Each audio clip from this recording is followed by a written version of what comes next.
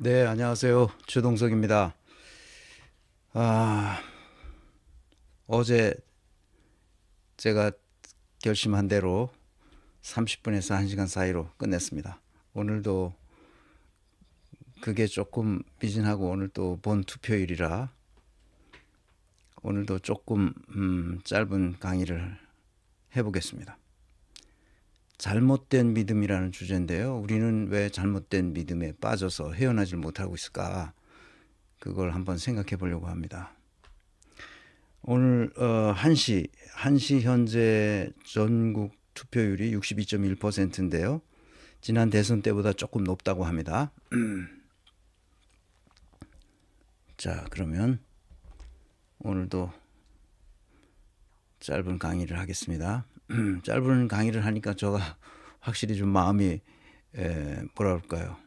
가볍습니다. 한 테마만 가지고 짧게 끊어서 하니까 몇 개의 테마를 한꺼번에 이어서 하니까 뭐 1시간 반 항상 2시간 가까이 되기도 하고 그래서 한 테마 가지고 짧게 얘기하고 나중에 필요한 그 학술적 학문적 이론 체계나 방법론에 대해서는 이제 워크숍에서 공부하시도록 그렇게 하겠습니다. 자, 잘못된 믿음을 갖는 경우가 많죠. 이 잘못된 믿음을 가지면 어떻게 되는지를 이미 고대인들이 다 알려줬어요. 근데 그것은 맞는 얘기예요. 그게 진리예요. 잘못된 믿음을 가지면 안 됩니다. 잘못된 믿음이 뭐냐? 어디서 나오는 거냐? 안나비님, 네. 소장님 어깨 좀 괜찮아요? 네, 괜찮습니다. 아니 근데 뭐 완전히 100% 괜찮은 건 아니고 이제 조금씩 움직여서 괜찮도록 만들어야 됩니다. 그리고 이게 하루아침에 고쳐지는 게 아니라고 그러더라고요. 이게 오래 가고 그다음에 거기 있는 그 치약처럼 돼 있는 석회들을 전부 잘게 쪼개서 결국 자연 소모될 수 있도록 그렇게 해야 된다고 합니다. 그래서 계속 충격파로 거기를 이렇게 때려가지고 그걸 다 잘게 부숴야 된다고 하니까 시간이 많이 걸린다고 합니다. 그러니까 지난번에도 댓글 여기에 쓰신 선생님이 자기도 그런 게 있었는데 한 1년 이상 걸렸다고 그러시던데 하여튼 뭐 오래 걸리는 모양입니다. 고대 그리스인들, 고대 히랍인들, 그 다음에 고대 히브리인들이 가지고 있던 전통적 그 잘못된 믿음을 이렇게 생각했습니다. 그래서 신약 성경에 나오는 건데요. 야고보서 1장 15절에 보면 이렇게 나옵니다. 욕심이 잉태한즉 죄를 낳고 죄가 장성한즉 사망을 낳느니라. 야고보서에 나오는 말입니다. 이게 진리인 거예요. 이 진리의 말을 그때 2000년 전에 쓰여진 거니까요. 이 말이 현대적으로 번역되면 어떻게 되는지 제가 설명을 드리겠습니다. 제가 크리스찬으로서 이 성경에 나오는 이야기들을 그래도 조금은 안다고 했잖아요. 이 욕심이라는 말이 당시 헬라어로 이렇게 뭐라고 나오는 원어가 있습니다. 그 원어를 보면 탐욕이 그 마음의 따리를 틀 때 어떤 현상이 나타나는지를 지금 설명하는 거라고 합니다. 주석가들에 의하면. 그러니까 자기 중심적이고 통제되지 않는 욕망을 말할 때 욕심이 잉태한즉 이렇게 설명하는 거죠. 그러니까 어떤 경우냐 하면 오늘 그것을 현대적으로 설명한다면 통제 불가능한 불안이 있어요. 우리가 불안하죠. 예를 들어서 시험을 친다고 그랬을 때 이거 시험을 잘 쳐야 되는데 하는 불안이 있습니다. 그래서 열심히 공부하죠. 그 시험을 치는 그 불안은 기한이 정해져 있어요. 시험 끝날 때까지만 불안한 거예요. 그런데 시험이 지나고 나면 후련하죠. 뭐 몇 점을 받았든 간에 그 불안이 사라집니다. 그래 그건 자기가 통제 가능한 불안이잖아요. 그건 큰 문제가 없어요. 그런데 자기로서는 통제 불가능한 불안이 있단 말이죠. 뭐예요? 내가 실직했다든지 또는 내가 어떤 고치기 어려운 질병에 거쳤다든지 저처럼 이렇게 어깨 통증으로 가면 현대의학이 이걸 다 이 원인을 알아서 그걸 치료하는 방법이 다 연구돼 있고 의사들이 그 전문의들이 알아서 다 처리해 준단 말이에요. 그러니까 거기다 맡기면 돼요. 나는 이게 왜 생기는지도 모르지만 좌우지간. 내 허리도 마찬가지죠. 그러니까 다 조사했더니 결국 현대의학으로는 무슨 뭐 해결할 수 있는 길이 없어요. 내 허리 통증에 대해서는. 그 무슨 디스크가 있는 것도 아니래요. 아플 이유가 없다는 거야. 근데 나는 아파. 그러니까 결국은 뭐냐? 앉아 있는 시간을 줄이는 수밖에 없는 거야. 그러니까 앉아 있는 게 아주 쥐약인 거예요. 그래서 이 어깨 통증은 오랫동안 앉아 있으니까 이렇게 그 책상에서 이걸 치잖아요. 그러니까 이게 치니까 그걸 구부리고 칠 수밖에 없어. 그러니까 늘 이렇게 어깨를 펴고 걸어 다니고 활동을 해야 돼. 이제 나이가 들어서 활동 안 하면 급속도로 근육이 굳어지는 거예요. 그래서 근육을 항상 부드럽게 그 유연하게 만들어 줄 수 있는 자세를 취하고 활동을 하고 그건 뭐 의사가 얘기하는 거예요. 한 자리에 너무 오래 있는 건 쥐약이다. 한 자리에 오래 앉아 있지 마라. 그러는 거예요. 아, 그렇구나. 그래서 제가 생각해 보니까 의사의 말이 맞아. 그래서 의자에 가급적 앉아 있지 않는 방식으로 앉아 있어도 이 포지션을 항상 다르게 취하고 움직여야 된다는 거죠. 그렇지 않으면 근육이 굳기 때문에 그렇다는 거죠. 그래서 통제 불가능한 불안. 그러니까 이건 통제 가능하잖아요. 그 의사한테 가가지고 이렇게 치료를 받으면 되니까 이게 통제 가능하니까 이제 불안이 없죠. 처음에는 견딜 수 없어서 이거 큰일 날 모양이다 이거 그랬는데 이 다 의사들이 보니까 이거 별거 아닌 걸로 취급을 해요. 나도 한 5일 지나니까 완전히 이제 그 통증이 가만히 있으면 통증이 안 생겨요. 이제 움직일 때 조금 이제 걸구적스러운 그런 게 있긴 하죠. 그 통제 불가능한 불안이라는 것은 미래에 내가 어떻게 될지 모른다는 불안이에요. 그러니까 여기서 의사가 치료가 불가능한 어떤 질병에 걸린다든지 그 이철우 경북도지사가 갑작스럽게 그 혈액암 진단을 받았다고 언론에서 오늘 아침에 봤는데 그런 경우 굉장히 불안하죠. 나이도 있는데 혈액암이 뭐 젊은 무슨 그것도 어린아이도 아니고 나이 든 사람이 혈액암에 걸리면 이거 어떻게 치료되는 거야? 그러니까 굉장히 불안하죠. 실직했다든지 또는 어떤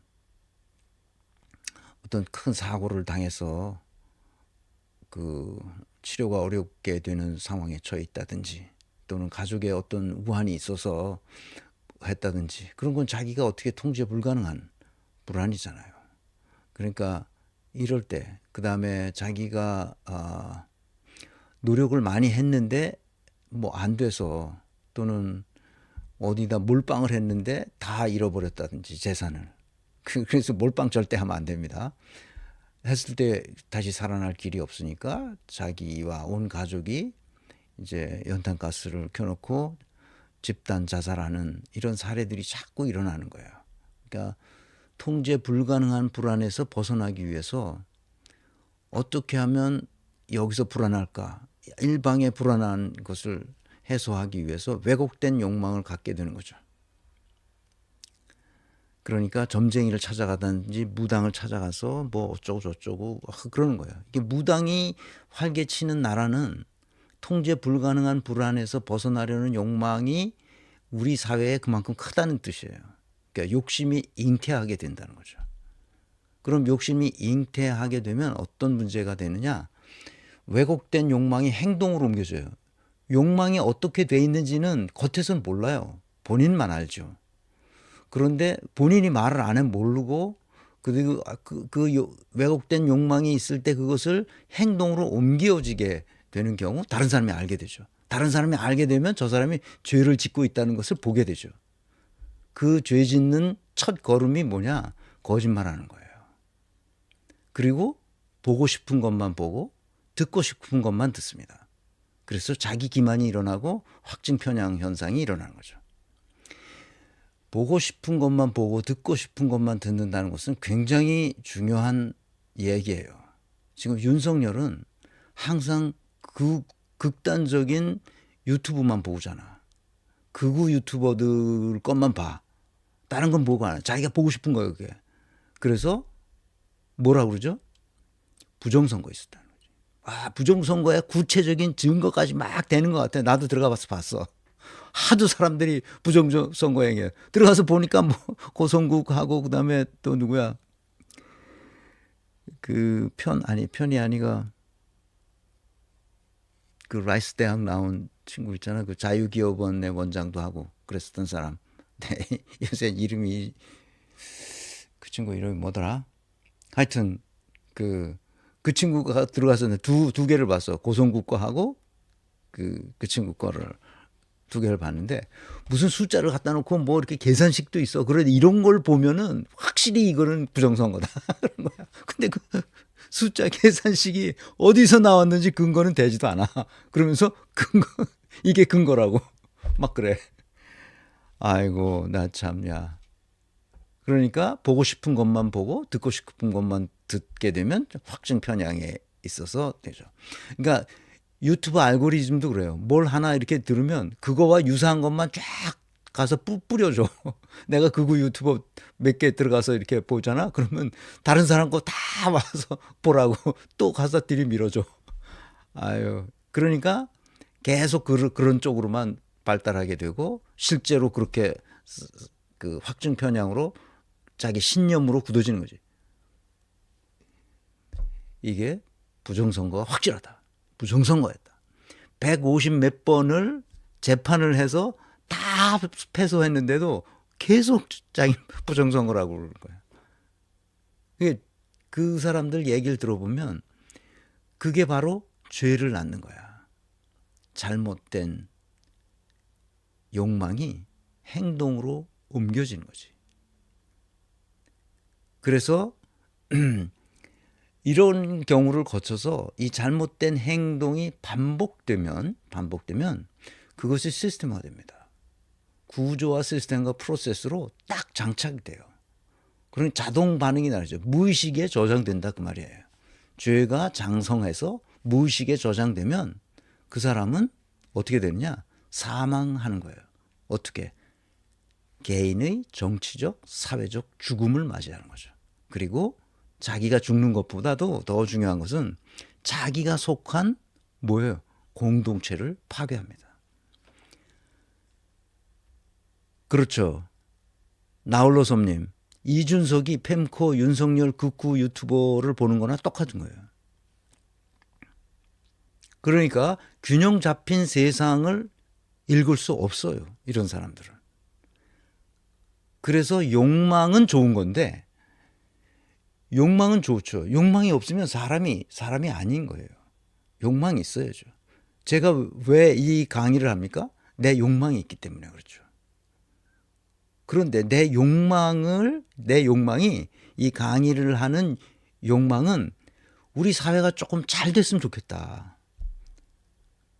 그 진리의 길을 갔으면 좋겠다. 선한 길로 갔으면 좋겠다 하는 생각이 있기 때문에 이걸 하는 거란 말이에요. 이걸 해서 나한테 이로울 것이 사실 별로 없어요. 힘만 들고 고생만 되지. 그렇지만 적어도 우리 후손들이 자라는 나라는 이렇게 부정선거를 주장하는 이 잘못된 믿음에 빠지지 않고 조금 균형 잡힌 세상을 볼 수 있도록 했으면 좋겠다는 욕망이 있는 거죠. 우리 후손들에게. 그래서 이게 독립운동이라고 생각하고 내가 하는 거야. 나는 독립운동 해본 적이 없잖아. 그리고 민주화 운동도 해본 적이 없고 노동운동은 더군다나 없고. 노동 운동을 할 만큼 강철 체질도 아니야. 노동 운동 하다가 어디 가서 힘들면 그냥 뻗어버렸을 거야. 그래서 내 욕망은 뭐냐? 내가 잘 할 수 있는 거, 그리고 내가 하고 싶은 거, 또 사회적으로 의미 있는 거, 이런 것들을 내가 할 수 있는 걸 하는 것뿐이야. 최선을 다하는 거지. 살아있는 동안. 그런데 내가 이렇게 가르침으로써 유명해지고, 뭐가 나를 뭐 어디서 뭘 어떻게 해가지고 나를 떠받쳐주고 뭐 이런 걸 가지고 내 출세를 해야 되겠다. 응? 돈을 많이 벌어봐야 되겠다. 이런 생각을 만약에 한다고 치면 어떻게 되겠어요?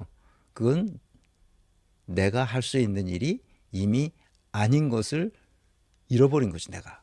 그래서 그런 것, 나의 욕망은 좋은 것이라서 내가 욕망을 추구하는데, 그 욕망이 나의 능력을 벗어나는 것. 이제 나가서 뭐 어떤 사람은 뭐 공직에 나가가지고 뭘 하고 그거는 애시당초부터 내가 은퇴할 때부터 절대 그런 일이 없을 거라고 말한 이유가 바로 그것입니다. 그래도 내가 이걸 해야 되겠다고 생각한 거는 그런 출세는 이미 다 했어. 더 이상 출세하고 싶은 생각이 없어. 출세나 또는 유명해지거나 또는 뭐 돈을 많이 벌어서 건물을 뭐 몇 개를 산다거나 이럴 생각도 있고 없어요. 그냥 여기서 두 내외가 그냥 평안하게 그 책 좀 보고 음악도 듣고 그냥 살 수 있는 데까지 사는 것으로 산책 좀 하고, 그러면서 살면 1년에 휴가 한번 다녀오고 여름에, 그게 내가 은퇴하면서 살아가는 삶의 모습으로 생각해 왔어요. 근데 이제 내 뜻대로 못 하잖아. 이런 게 생기니까 내가 할 수 있는 데까지는 하자. 이렇게 생각하게 돼서 지금 이거를 하는 겁니다. 더군다나 오늘 이 잘못된 믿음을 가진 사람들을 어떻게 처리할 것인가, 이걸 우리가 공부해야 하는 시간이 됐으니까 내 욕망은 여기까지야. 그래서 권민내를 잘 키워서 내가 없더라도 스스로 돌아갈 수 있는 비트코인 네트워크 같은 그 네트워크를 한번 만들어 보자 하는 욕망이 있는 거지. 그건 뭐 하면 되는 거니까. 그런데 나에게 이것이 탐욕으로 작동하게 된다면, 탐욕은 내 능력을 넘어서는 욕망이 탐욕이죠. 탐욕. 그것이 바로 욕심이라고 말한 거야. 야고보서에 나오는 욕심이 잉태한즉 죄를 낳고 죄가 장성한즉 사망을 낳느니라 했을 때 바로 그 구절에서 말하는 것은 탐욕을 말하는 거예요. 탐욕이 마음의 따리를 틀면 자기 중심적이고 통제되지 않은 욕망이라서 통제 불가능한 불안에 휩싸이게 되면 왜곡된 욕망으로 변해버리고 그것이 행동으로 나타나면 죄를 짓게 되는 것이다. 그런 뜻입니다. 그러니까 죄를 짓는 거야. 자기 탐욕 때문에. 근데 죄를 지으면 어떻게 되는 거야, 이게? 악을 행하는 거지. 죄보다 더 큰 것은 악행을 행하는 거지. 물론 악행도 죄지만 죄가 나와서 죄가 장성해서 악행을 저질르면 곧 사망에 이르는 거지. 정치적, 사회적 죽음에 이르는 거야. 이준석이 그 짓을 하고 있는 거야, 지금. 윤석열이 그 짓을 하고 있는 거지. 한덕수가 그 짓, 최상목이 그 짓, 지규현이 그 짓을 하고 있는 거고, 누구야? 조희대도 그 짓을 하고 있는 거지. 그러니까 권성동도 그 짓을 하고 있고, 누구냐? 권영세. 그 친구도 그 짓을 하고 있는 거야, 지금. 이 사망에, 정치적 사망에 들어가는 거지. 사회적 사망에 들어가는 거지. 그래서 나는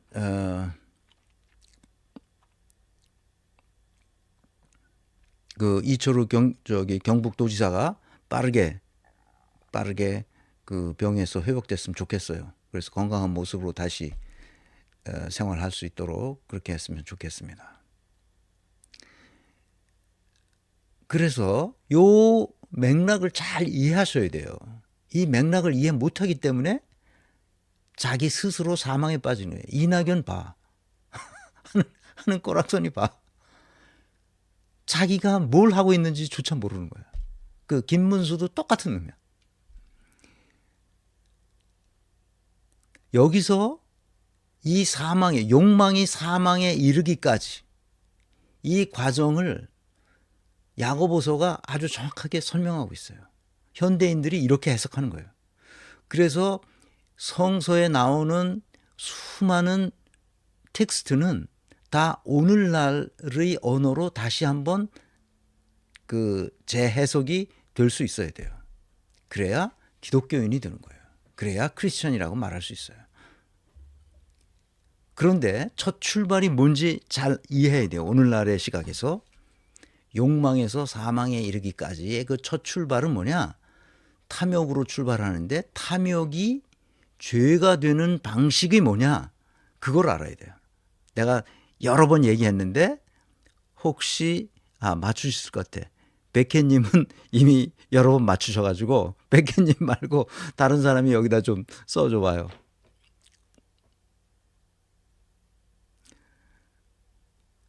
이거 뭐야? 욕망이 탐욕으로 가는 건 그 사람 내면에서 일어나는 일이잖아요. 근데 그것이 밖으로 드러나는 첫 관문이 있어요. 첫 표시가 있어요. 첫 표시. 첫 표시가 있으면 이제 대선 지나서 좀 조용해지면 제가 책을 쓸 텐데 책을 보내드릴 테니까 한번 여기서 써봐 주세요. 네, 거짓이죠. 거짓인데 거짓말입니다. 거짓말. 네, 거짓말. 하하님과 키라전님 두 분, 박연희님 이 세 분에게 제가 거짓말은 지읒이 아니라 시옷 받침입니다. 박연희님 이렇게 세 분 제가 그 책을 보내드리겠습니다. 저한테 꼭 그 메일로 저 개인 메일 알려드렸으니까 그 개인 메일로 보내주시면 되겠습니다. 책 받으실 주소를. 백희님은 2번이나 하셔가지고 나 이제 됐다고 다른 사람들한테 주라고 그러시는데 제 개인 메일로 하하님, 키라전님, 그 다음에 박연희님 주소를 제가 메모했다가 보내드리겠습니다. 잊지 않고. 네, 감사합니다. 이해하셨죠? 여기 이제 여기까지. 그래서 여기입니다. 거짓말입니다. 그러니까 그 사람 말하는 걸 잘 보라는 거예요. 김문수, 지금 내가 아까 그 방금 전에 언급했던 이름들은 다 거짓말로 시작되는 거야. 윤석열은 아주 그 인사청문회 때부터 거짓말을 하기 시작했어요. 근데 지금까지도 거짓말하잖아. 김문수 거짓말하지. 그 이준석이 거짓말하지. 다 거짓말로 시작되는 거예요. 그래서 이 쭉 말하는 거 보면 거짓말에서 시작돼서 결국은 그것이 반복되어서 구조와 시스템으로 완전히 내면에 저 깊은 무의식에까지도 거짓말로 가득 차 있죠. 근데 자기는 거짓말 한다고 생각을 안 해요. 그래서 이 표를 보면 알아요.